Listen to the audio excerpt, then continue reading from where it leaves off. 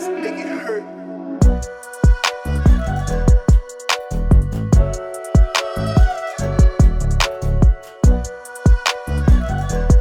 Hello everyone, कैसे हो यार आप लोग। वेलकम टू पढ़ले 11th ह्यूमैनिटीज़। यार ये तुम्हारा डेडिकेटेड चैनल है तुम्हारे क्लास 11th के ह्यूमैनिटीज़ के टॉपिक्स के लिए, ठीक है। तो तुम्हारी डिमांड के बाद आया है ये channel, so thank you very much यार, तुम्हारे वजह से हम हैं, सो ग्रेट। आज का लेक्चर यार चालू करते हैं। तुम्हारा ये लेक्चर 3 होने वाला है इस चैप्टर का, कॉन्स्टिट्यूशन वाई एंड हाउ। इसके 2 लेक्चर यार तुमको प्लेलिस्ट में मिल जाएंगे, उसको देख के आना यार यहाँ पे आओ तो, क्योंकि तभी तुमको चीज़ें अच्छे से समझ में आ रही होंगी।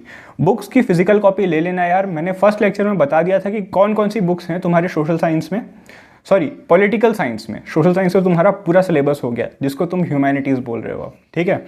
तो पॉलिटिकल साइंस में यार 2 बुक हैं तुम्हारी, एक ये और एक पॉलिटिकल थ्योरी। तो दोनों की फिजिकल कॉपी तुम्हारे पास होना ज़रूरी है, ठीक है। आज का लेक्चर आगे बढ़ाते हैं यार। फिर ये मेरे बारे में है थोड़ा सा। माय नेम है Shivansh Gupta, I am currently eight SRM university. और यार तुम्हारा जो सोशल साइंस का कंटेंट रहा है इस चैनल पे, जो क्लास 10th का कंटेंट रहा है, उसके क्रिएशन में मेरा भी हाथ था, ठीक है। अब थोड़ी सी चीज़ जान लो यार कि मेक श्योर करो कि तुम यहाँ पे हमसे जुड़े हो, क्योंकि यार कोई भी अपडेट आता है तो सबसे पहले यहाँ पे आता है। जैसे अभी रिसेंटली नोट्स के लिए पोल बना था तुम्हारे टेलीग्राम पे, तो यार तुम जाओ वहाँ पे वोट करो और आई विल मेक श्योर कि तुम्हारे लिए नोट्स आएंगे तुम्हारे पोल के हिसाब से, ठीक है।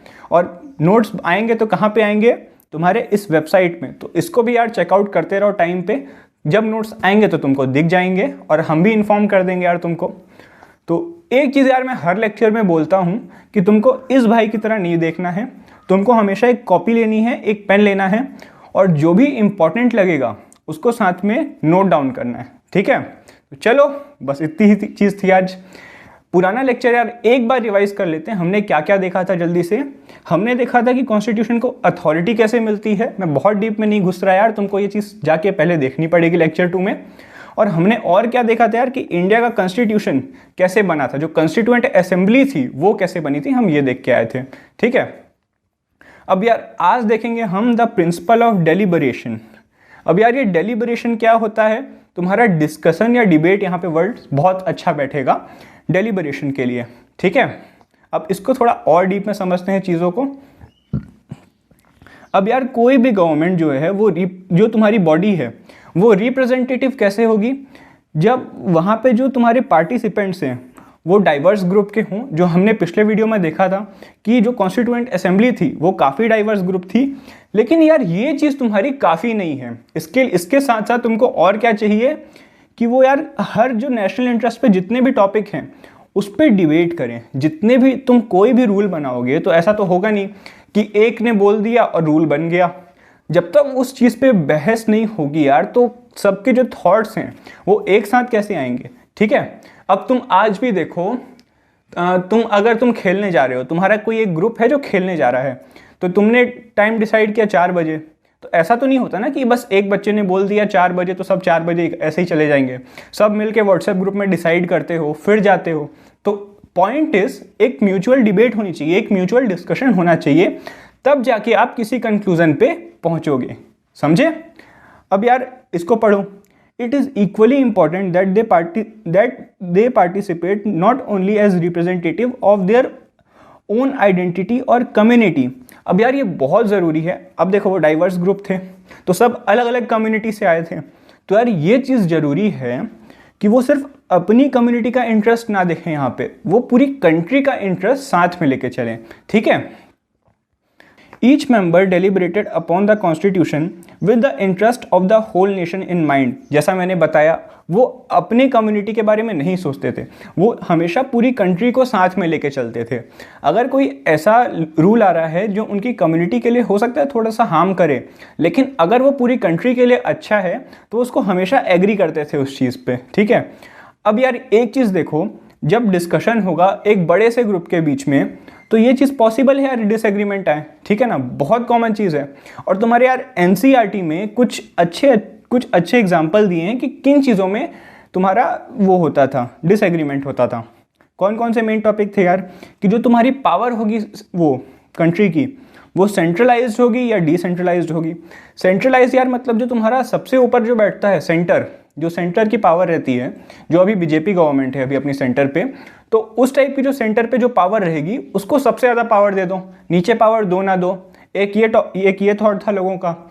कुछ लोगों का थॉट क्या था यार कि डिसेंट्रलाइज्ड हो, मतलब पावर यार नीचे तक डिवाइडेड हो, तुम्हारे जो पंचायत है वहाँ पे भी अच्छे से पावर हो, जो तुम्हारे जो डिस्ट्रिक्ट लेवल पे हैं वहाँ पे भी अच्छे से पावर हो, मतलब हर लेवल को पावर अच्छे से मिलनी चाहिए। ग्रेट, होप यार तुमको चीज़ें समझ आ रही होगी, और आ रही हैं यार तो प्लीज़ लाइक कर दो वीडियो को, ठीक है। हम आगे बढ़ते हैं। और किन चीज़ों पे डिबेट हो रही थी यार? पावर्स ऑफ जुडिशरी जो तुम्हारा जो जज वाला सिस्टम है, जो तुम्हारा न्यायपालिका है, उसको यार कैसे पावर्स वो करने हैं, देने हैं। और किस चीज़ पे हो रही थी कि रिलेशन जो होगा सेंटर और स्टेट के बीच में ये कैसा होगा। ये चीज़ें हम यार और डीप में पढ़ेंगे आगे, मैं अभी बहुत ज़्यादा नहीं घुस रहा हूँ इन चीज़ों पे, ठीक है। आगे बढ़ते हैं। एक टॉपिक फिर भी ऐसा था यार जिसमें बिल्कुल डिबेट करनी ही नहीं पड़ी, सब ने इसमें साथ में एग्री किया। यूनिवर्सल सफरेज, मतलब सबको वोटिंग राइट्स मिलने चाहिए एक एज के ऊपर। एक एज के ऊपर मतलब यार कि एक पर्टिकुलर एज के ऊपर ही सबको वोटिंग राइट्स मिलेंगे। और पर्टिकुलर एज का मतलब यार 18 साल नहीं है।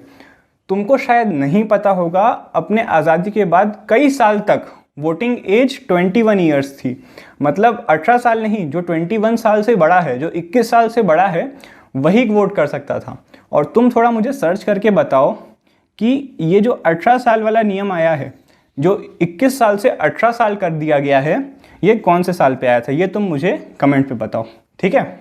आगे बढ़ते हैं।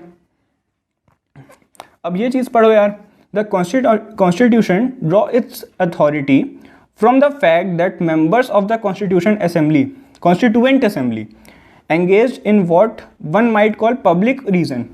अब यार ये पब्लिक रीजन क्या होता है कि तुम किसी भी चीज़ को, अगर कोई भी तुम चीज़ बोल रहे हो, कोई भी तुमने अगर प्रपोज किया कि ये लॉ बने, तो सिर्फ तुम ऐसे बोल नहीं सकते, तुमको उसको एक्सप्लेन करना पड़ेगा एक अच्छा सा रीज़न देके। जैसे कि तुम्हारी मान लो वोटिंग एज उस टाइम थी 21 ईयर, जैसे बोला था, ठीक है, तो ये एज ही क्यों रहेगी? तो जिसने भी बोला होगा तो उसने प्रपोज किया होगा कि 21 साल के बाद जो इंसान का दिमाग होता है वो इतना मैच्योर हो जाता है कि वो वोटिंग कर सके, ठीक है। मैं बस एक एग्जांपल दे रहा हूँ तुमको समझाने के लिए कि पब्लिक जो तुम्हारा रीज़न है ये क्या होता है कि जो तुम कोई भी लॉ के लिए तुमने प्रपोज किया, कोई तुमने लॉ प्रपोज किया, ठीक है, तो उसको तुम ऐसे नहीं बोल सकते, तुमको एक बहुत अच्छा सा उसका एक रीज़न देना पड़ेगा और जेन्युइन रीज़न देना पड़ेगा, ठीक है। तो यार इस तरह से ईच क्लॉज जो था तुम्हारा हर इसी तरीके से डिबेट पे चल रहा था, हर चीज़ पे डिबेट हो रही थी और तभी वो पास हो रहा था। और बिना पब्लिक रीज़न के यार कोई भी क्लॉज पास नहीं हुआ है, तुम्हारे मैक्सिमम क्लॉज जो हैं वो तुम्हारे पब्लिक रीज़न के बाद ही पास हुए हैं, ठीक है। अब अगला टॉपिक देखो यार, ये प्रोसीजर किस टाइप के फॉलो होते थे तुम्हारी कॉन्स्टिट्यूएंट असेंबली के अंदर, अब हम ये देखने जा रहे हैं, ठीक है। आई होप यार तुमको यहाँ तक चीज़ें समझ आ रही होंगी, अभी तक इजी चल रहा था। फिर भी कोई डाउट आया यार तो feel free to ask me on Telegram और in the comment section below, ठीक है। तुम कहीं पे भी पूछो यार, मैं ट्राई करूँगा कि मैं तुम्हारे आंसर्स दूँ। ग्रेट, आगे बढ़ते हैं यार। तो तुम्हारे कॉन्स्टिट्यूएंट असेंबली में 8 मेजर कमिटीज़ थी और ये सारी डिफरेंट टॉपिक्स पे थी, ठीक है। और यार इनके जो तुम्हारे चेयरपर्सन थे कम्युनिटीज़ के, इसके मेजर कौन पर्सन थे यार? ये जवाहरलाल नेहरू होते थे, या राजेंद्र प्रसाद जी होते थे, या सरदार पटेल साहब होते थे, अंबेडकर साहब होते थे, मौलाना आज़ाद साहब होते थे। और यार इन्हीं यही क्यों रहते थे? इसका एक रीज़न था। क्या रीज़न था? कि यार जो ये तुम्हारे इतने लीडर्स के नाम बताए ना मैंने, इन सब के थॉट प्रोसेस ऐसा नहीं है एक जैसे थे, इन सब के थॉट प्रोसेस यार अलग अलग जैसे थे। तो इसकी वजह से क्या होता था कि अलग अलग कम्युनिटीज़ के अलग अलग तुम्हारे वो होंगे, चेयरपर्सन होंगे, तो सारे थॉट प्रोसेस आएंगे, एक जैसा थॉट प्रोसेस नहीं आएगा तुम्हारे कॉन्स्टिट्यूशन में, ठीक है। इसका ये रीज़न था। Each committee usually drafted particular provisions of the constitution which were then subjected to debate by the entire assembly। होता क्या था यार, पहले ये कम्युनिटीज़ बन गई तुम्हारी, कम्युनिटीज़ नहीं यार, मैं पहले कम्युनिटीज़ बोल दिया हूँ गलती से, कमिटीज़, ठीक है। यहाँ पे मैं सुधार ले रहा हूँ, माफ़ करना, तुम्हारी कमिटीज़, ठीक है। तो यार तुम्हारी जो अलग अलग कमिटीज़ थी, ठीक है, इन्होंने अलग अलग इन्होंने अलग अलग प्रोविज़न बना लिए पहले, ठीक है। अब फिर सारी कमिटीज साथ में बैठी और इन पे डिबेट किया। डिबेट पे सब बैठ रहे थे, प्रोविज़न कमेटी अपना अलग अलग बना रही थी, ठीक है। पहले एक बार फिर से स्टेप से, कमिटीज़ ने अपने अपने प्रोविज़न बनाए, सब साथ में आके बैठे, फिर वो प्रोविज़न रखे गए और फिर सब ने मिलके उन पे डिबेट की। जो तुमने पब्लिक रीजन अभी पढ़ा वो यहाँ पे हो रहा था फाइनल स्टेज पे, ठीक है। Usually an attempt was made that any provision don't harm the interest of any section of the society. यार ये पूरी कोशिश की गई कि तुम्हारा कोई भी प्रोविज़न ऐसा ना हो जो किसी सेक्शन को हार्म कर रहा हो, ठीक है, तुम्हारे किसी भी सोसाइटी के सेक्शन को हार्म कर रहा हो। ग्रेट, आगे बढ़ते हैं। अब तुम देखोगे यार कि तुम्हारी असेंबली टोटल कितने दिन मिली, 166 डेज, और पूरा पढ़ो, spread over 2 years and 11 months, मतलब टोटल जो तुम्हारा टाइम था कॉन्स्टिट्यूशन बनने का वो कितना था, 2 year 11 months, ठीक है। और इसके बीच बीच में कॉन्स्टिट्यूएंट असेंबली तुम्हारी मिलती थी और लॉज बनाती थी। अब ये बीच बीच में क्यों मिलती थी यार, क्योंकि अब तुम सोचो कि कोई एक लॉ बनाना है, ठीक है, तो उसके लिए यार उसकी हिस्ट्री जाननी ज़रूरी है, उसके बारे में और भी डिटेल ज़रूरी है, कौन कौन सी कम्युनिटी को वो हार्म कर रहा था पहले ये ज़रूरी है जानना। तो यार ये सब डिटेल जो तुम्हारी इकट्ठा करनी होती है इसमें टाइम लगता है, ठीक है। तो रोज़ मिलेगी तो ऐसा हो पाएगा क्या, नहीं, इसलिए कुछ कुछ गैप रहता था।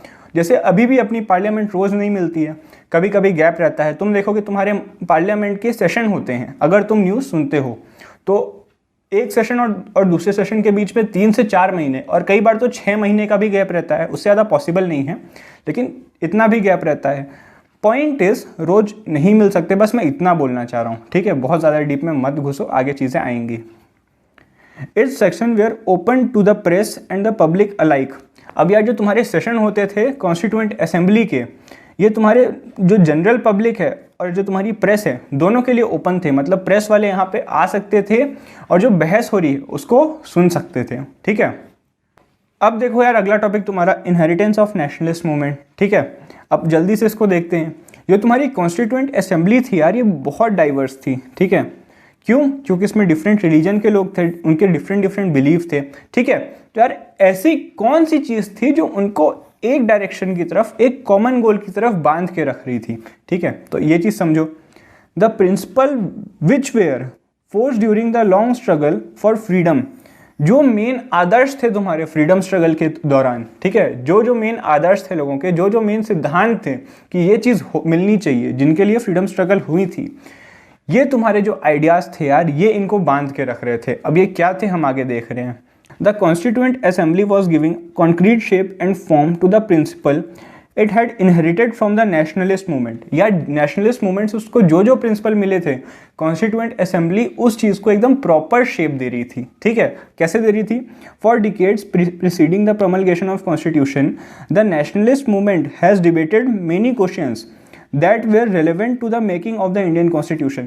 यार तुम्हारे जो नेशनलिस्ट मूवमेंट हो रहे थे तो वहाँ पे लोग काफ़ी डिबेट करते थे कि कौन कौन सी चीज़ हमारे लिए ज़रूरी है, कौन कौन सी चीज़ हमको अपनी आज़ादी के टाइम मिलनी चाहिए, कौन कौन सी चीज़ हमको मिलनी चाहिए, ठीक है। ये चीज़ है। तो क्या क्या थी यार, the shape and the form of government India should have, वो ये सब चीज़ पे काफ़ी डिबेट करते थे उन लोग जब नेशनलिस्ट मूवमेंट होते थे। The values it should uphold, कौन कौन सी वैल्यूज़ को उसको एकदम बचा के रखना है कि इसको कोई मतलब कोई छेड़छाड़ ना कर पाए इन वैल्यूज़ से। The inequalities it should overcome, कौन कौन सी इनइक्वालिटीज़ हैं यार अपने आसपास अपनी कंट्री में जिससे हमको ओवरकम करना है। तो जब नेशनलिस्ट मूवमेंट हो रहे थे यार तो इन्होंने इस चीज़ पे बहुत सोच विचार कर लिया था और इसका जो फाइनल रिजल्ट है वो है हमारा इंडियन कॉन्स्टिट्यूशन, ठीक है। वही चीज़ लिखी यार, answers force in this debate were given the final form in the constitution. यहाँ से जो आंसर निकल रहे थे इन डिबेट से, इसको फाइनल फॉर्म दिया गया भाई साहब तुम्हारे कॉन्स्टिट्यूशन में। ये बहुत लंबा प्रोसेस है, तुम्हारा 18th 19th सेंचुरी से जो स्ट्रगल आ रही हैं उन सब से जो हमने सीखा, उन सब से जो हमने सोचा कि हमारा भारत ऐसा होगा, वो सब आखिरी में यार तुम्हारे कॉन्स्टिट्यूशन में लिखा गया, ठीक है। तो अब तुम देखो कि तुम्हारे कॉन्स्टिट्यूशन की कितनी ज़्यादा वैल्यू है, ठीक है, इसलिए इसकी इतनी रिस्पेक्ट होती है। आगे बढ़ते हैं यार।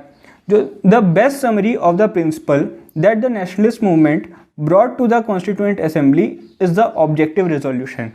यार जो नेशनलिस्ट मूवमेंट हुए थे तुम्हारे, उससे क्या क्या प्रिंसिपल मिले हैं हमको, उसकी बेस्ट समरी थी तुम्हारे ऑब्जेक्टिव रिजोल्यूशन में। ये पेज के बाद मैं तुमको बताता हूँ ऑब्जेक्टिव रिजोल्यूशन क्या था, ठीक है। It was moved by Jawaharlal Nehru in 1946, ये डेट तुम नोट कर रहे होगे। It contains the aspirations and the value behind the constitution. वो अब देखो क्या था ऑब्जेक्टिव रिजोल्यूशन। जब तुम्हारी कॉन्स्टिट्यूएंट असेंबली बनी थी उसके कुछ टाइम बाद ही देखोगे तुम, सेम ईयर में जो जवाहरलाल नेहरू थे ये एक रिजोल्यूशन लाए थे, एक माइंड मैप लाए थे कि जो हमको कॉन्स्टिट्यूशन बनाना है उसका एक बेसिक स्ट्रक्चर, जो बेसिक नियम हैं, बेसिक चीज़ें हम जो रखेंगे ही कॉन्स्टिट्यूशन में वो क्या क्या होंगी। तो वो तुम्हारे ऑब्जेक्टिव रिजोल्यूशन में लिखा गया था, ठीक है। अब what the previous section termed as fundamental provision of the constitution is inspired and summed up by the values incorporated in the objective resolution। यार जो तुम देख रहे होगे प्रीवियस सेक्शन में जो तुम्हारे फंडामेंटल प्रोविजन होने चाहिए कॉन्स्टिट्यूशन में, ठीक है। हम पीछे देखे थे कि कुछ लॉज जो हैं एकदम फंडामेंटल है हमारे लिए, उनको कोई भी छेड़ नहीं सकता, ठीक है। तो वो जो थे इक्वालिटी, लिबर्टी, डेमोक्रेसी, सॉवरेनिटी, तो ये यार कहाँ से आए थे, तुम्हारे ऑब्जेक्टिव रिजोल्यूशन से आए थे, ठीक है। अब यार थोड़ा सा ऑब्जेक्टिव रिजोल्यूशन के मेन पॉइंट्स मैं पढ़ दे रहा हूँ। एनसीईआरटी में यार तुम्हारे 8 से 9 पॉइंट्स थे, मैंने सिर्फ 2-3 लिए हैं। इसका भी एक रीज़न है कि तुम कम से कम जाओ और एनसीईआरटी देखो, नहीं तो तुम यार एनसीईआरटी नहीं पढ़ोगे, ठीक है। इंडिया जो है तुम्हारा इंडिपेंडेंट रहेगा, सॉवरेन रहेगा, रिपब्लिक रहेगा, ये बेसिक डेफिनेशन है, तुमको आती होंगी यार। और जो इंडिया है वो यूनियन होगा, किन चीज़ों का यूनियन होगा यार, जो ब्रिटिश इंडिया की टेरिटरीज थी उस टाइम की वो अब इंडिया की कहलाएंगी, जो उस टाइम के इंडियन स्टेट्स थे वो इंडिया के कहलाएंगे, और जो अदर पार्ट्स हैं जो अभी ब्रिटिश इंडिया के बाहर हैं वो भी इंडिया में आएंगे, और जो स्टेट्स इंडिया में आने चाहते हैं, मतलब इंडिया में विलिंगली अपना पार्ट बनना चाहते हैं इंडिया के, वो आएंगे। इस तरह भाई जो तुम्हारा इंडिया का स्टेट है जो इस तरह आया है, ठीक है। तुम मैप खोलो, मैप यार तुम्हारा इस सब्जेक्ट में बहुत इंपॉर्टेंट है, ठीक है। तुम्हारे नॉर्थ ईस्ट का, तुम्हारे कंप्लीटली ईस्ट का है ये स्टेट, और तुम मुझे कमेंट्स में बताओ कि ये कौन सा स्टेट है। मैंने काफ़ी हिंट दे दिया तुमको, तुम मुझे स्टेट का बस नाम बताओ, ठीक है। एक चीज़ और थी यार वहाँ पे कि माइनॉरिटीज़ और जो बैकवर्ड क्लास हैं इनके राइट्स को एडिक्वेट सेफगार्ड देने हैं, ठीक है। तो यार यहाँ पे तुम्हारा ऑब्जेक्टिव रिजोल्यूशन खत्म। अब यार ये तुम्हारा लास्ट टॉपिक है इस चैप्टर का, इंस्टीट्यूशनल अरेंजमेंट। अब यार जो डिफरेंट इंस्टीट्यूशन है गवर्नमेंट के, मैंने फर्स्ट वीडियो में बताया था कि जो तुम्हारे एग्जीक्यूटिव, लेजिस्लेचर और जुडिशरी हैं ये मेजर इंस्टीट्यूशन है गवर्नमेंट के। तो ये कैसे डिवाइडेड रहेंगे यार, इनमें जो बैलेंस है पावर का वो अच्छे से होना चाहिए, मतलब एक प्रॉपर अरेंजमेंट में होना चाहिए, ठीक है। The constituent assembly spent a lot of time evolving the right balance among the various institutions like the executive, the legislature and the judiciary। Constituent assembly ने भी भाई साहब इस पे काफ़ी टाइम लगाया था कि हमारा कॉन्स्टिट्यूशन कैसा होगा। This led to the adoption of the parliamentary form and the federal system। यार यही रीज़न था कि तुम्हारा जो हमारा कॉन्स्टिट्यूशन था उसने अडॉप्ट किया पार्लियामेंट्री फॉर्म को और फेडरल अरेंजमेंट को, ठीक है। और इसकी वजह से तुम्हारा यार पावर में भी डिवीज़न हुआ। किस तरह से डिवीज़न हुआ तुम्हारा, लेजिस्लेचर, एग्जीक्यूटिव और जुडिशरी के बीच में। जो तुम यार इसको तुम क्लास 10th में हॉरिजॉन्टल डिवीज़न के नाम से पढ़ के आए हो, तुम्हारा फेडरलिज्म चैप्टर था शायद ये तुम्हारे क्लास 10th का सेकेंड चैप्टर था, ठीक है, जिसमें तुम हॉरिजॉन्टल और वर्टिकल डिवीज़न पढ़ के आए थे। हॉरिजॉन्टल में क्या क्या चीज़ें थी यार, लेजिस्लेचर, एग्जीक्यूटिव एंड जुडिशरी, और वर्टिकल में क्या क्या थी, स्टेट और सेंट्रल गवर्नमेंट। वर्टिकल मतलब पावर नीचे नीचे डिवाइड होती जा रही है, और हॉरिजॉन्टल मतलब यार उनकी पावर बराबर है, मतलब ऐसा नहीं है कि कोई एक ऊपर है कोई नीचे है, ठीक है, इसलिए वो हॉरिजॉन्टल है।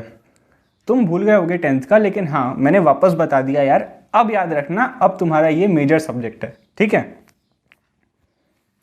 While evolving the most balanced governmental arrangements, the makers of our constitution did not hesitate to learn from the experience and experiments of the other countries। यार जो हमारे जो लीडर्स थे वो अपने यहाँ तो कर ही रहे थे, वो बाहर जो हो रही थी चीज़ें आउट ऑफ इंडिया उन पे भी बड़े अच्छे से नज़र रख रहे थे, और जो उनके एक्सपेरिमेंट्स और एक्सपीरियंस थे उनसे भी वो चीज़ें सीख रहे थे और वो चीज़ें हमारे कॉन्स्टिट्यूशन में लाने के लिए वो बिल्कुल हेजिटेट नहीं कर रहे थे। और इसके लिए हमारा यार काफ़ी क्रिटिसिज्म भी हुआ है कि जो हमारा कॉन्स्टिट्यूशन है वो एकदम बोरोड कॉन्स्टिट्यूशन है। पर यार ये बात सही नहीं है।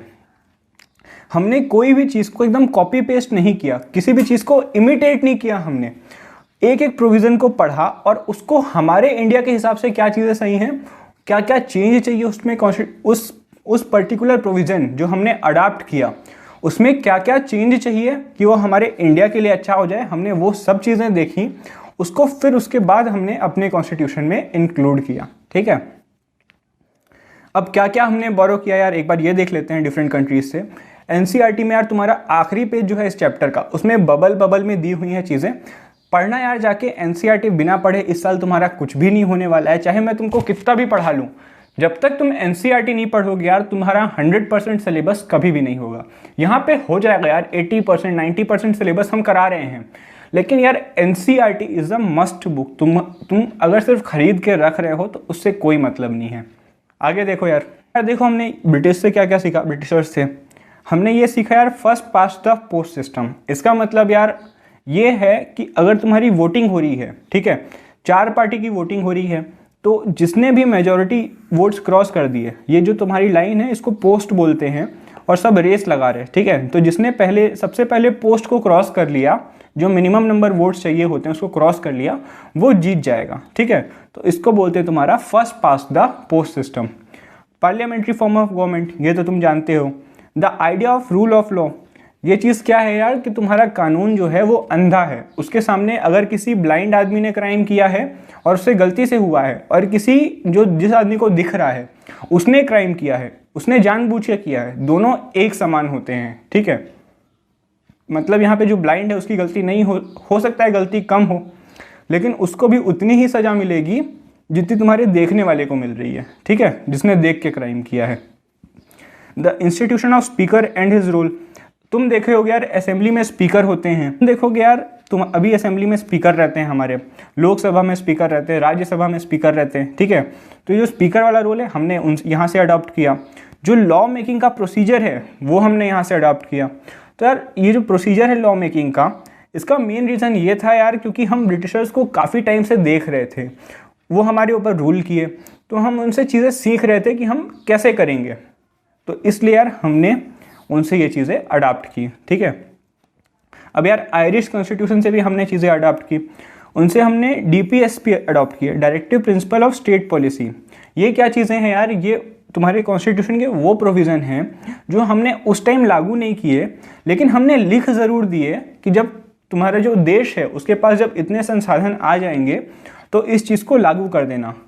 इसका एक बहुत अच्छा एग्जांपल है जो तुम्हारा आज जो पंचायती सिस्टम होता है, जो तुम्हारी पंचायत होती है, ये जब तुम्हारा देश आज़ाद हुआ था तब एकदम लीगली नहीं लाई गई थी, तब उसको डीपीएसपी में रखा गया था कि जब हमारे इंडिया के पास संसाधन आ जाए प्रॉपर इसको बनाने के लिए, पंचायत को बनाने के लिए, तो हम बना देंगे। और 1992 में ये चीज़ फिर जाके एकदम हमारे कॉन्स्टिट्यूशन में लिखी गई थी। तुम्हारे कोर्स में अभी नहीं है यार, लेकिन तुमको समझाने के लिए कि ये चीज़ क्या होती है मैंने बता दिया। ठीक है, अब यार फ्रेंच कॉन्स्टिट्यूशन से हमने क्या समझा, जो लिबर्टी, इक्वालिटी और फ्रेटर्निटी वाले जो तुम्हारे बेसिक ये जो प्रिंसिपल हैं, ये तुम्हारे फ्रेंच कॉन्स्टिट्यूशन से आए हैं। और तुम देखोगे कि तुम्हारे प्रीएम्बल में ये चीज़ें लिखी हुई है। मैंने पिछले वीडियो में बोला था यार कि प्रीएम्बल देख लेना एक बार, अभी भी नहीं देखा यार तो गूगल में जाके एक बार जल्दी से देख लेना, वहाँ पे ये बेसिक प्रिंसिपल तुम्हारे लिखे हुए हैं। ठीक है, अब यार कैनेडियन कॉन्स्टिट्यूशन से हमने क्या क्या किया, जो क्वासी फेडरल सिस्टम है, मतलब जो हमारा सेंटर स्ट्रॉन्ग है और स्टेट्स के पास थोड़ी कम पावर है, ये वाला जो सिस्टम था ये कनाडा से हमने अडॉप्ट किया। जो रेसिडुअल पावर वाला है, जो तुम्हारी जो पावर्स होती हैं वो 3 लिस्ट में डिवाइड होती हैं, तुम्हारी ये स्टेट लिस्ट, कॉन्करेंट लिस्ट और रेसिडुअरी लिस्ट। ठीक है, तो रेसिडुअरी लिस्ट में यार कौन कौन सी रहती हैं, सॉरी 3 लिस्ट मैंने गलत बताई हैं। 3 लिस्ट तुम्हारी होती है सेंट्रल लिस्ट, स्टेट लिस्ट और कॉन्करेंट लिस्ट, और इसके बाद कुछ प्रोविज़न बचता है तुम्हारा, तो वो तुम्हारी आती है रेसिडुअल पावर्स में। तो रेसिडुअल पावर्स वाला जो आइडिया था ये तुम्हारा कैनेडियन कॉन्स्टिट्यूशन से आया था। ठीक है, यूनाइटेड स्टेट्स से भी यार हमने चीज़ें ली हैं। जो तुम्हारा फंडामेंटल राइट्स का जो प्रोविज़न है, जो यहाँ फंडामेंटल राइट्स है तुम्हारे, इसका आइडिया हमने यहाँ से लिया है, ठीक है। अब यार ये देखो, तो हमने आइडिया लिया है लेकिन हमने एकदम प्रॉपर इमिटेट नहीं किया है चीज़ों को। उसको पहले हमने अपने हिसाब से फ़िल्टर किया है, उसमें चेंजेस किए हैं, उसके बाद हमने उसको अपने कॉन्स्टिट्यूशन में लिखा है, ठीक है।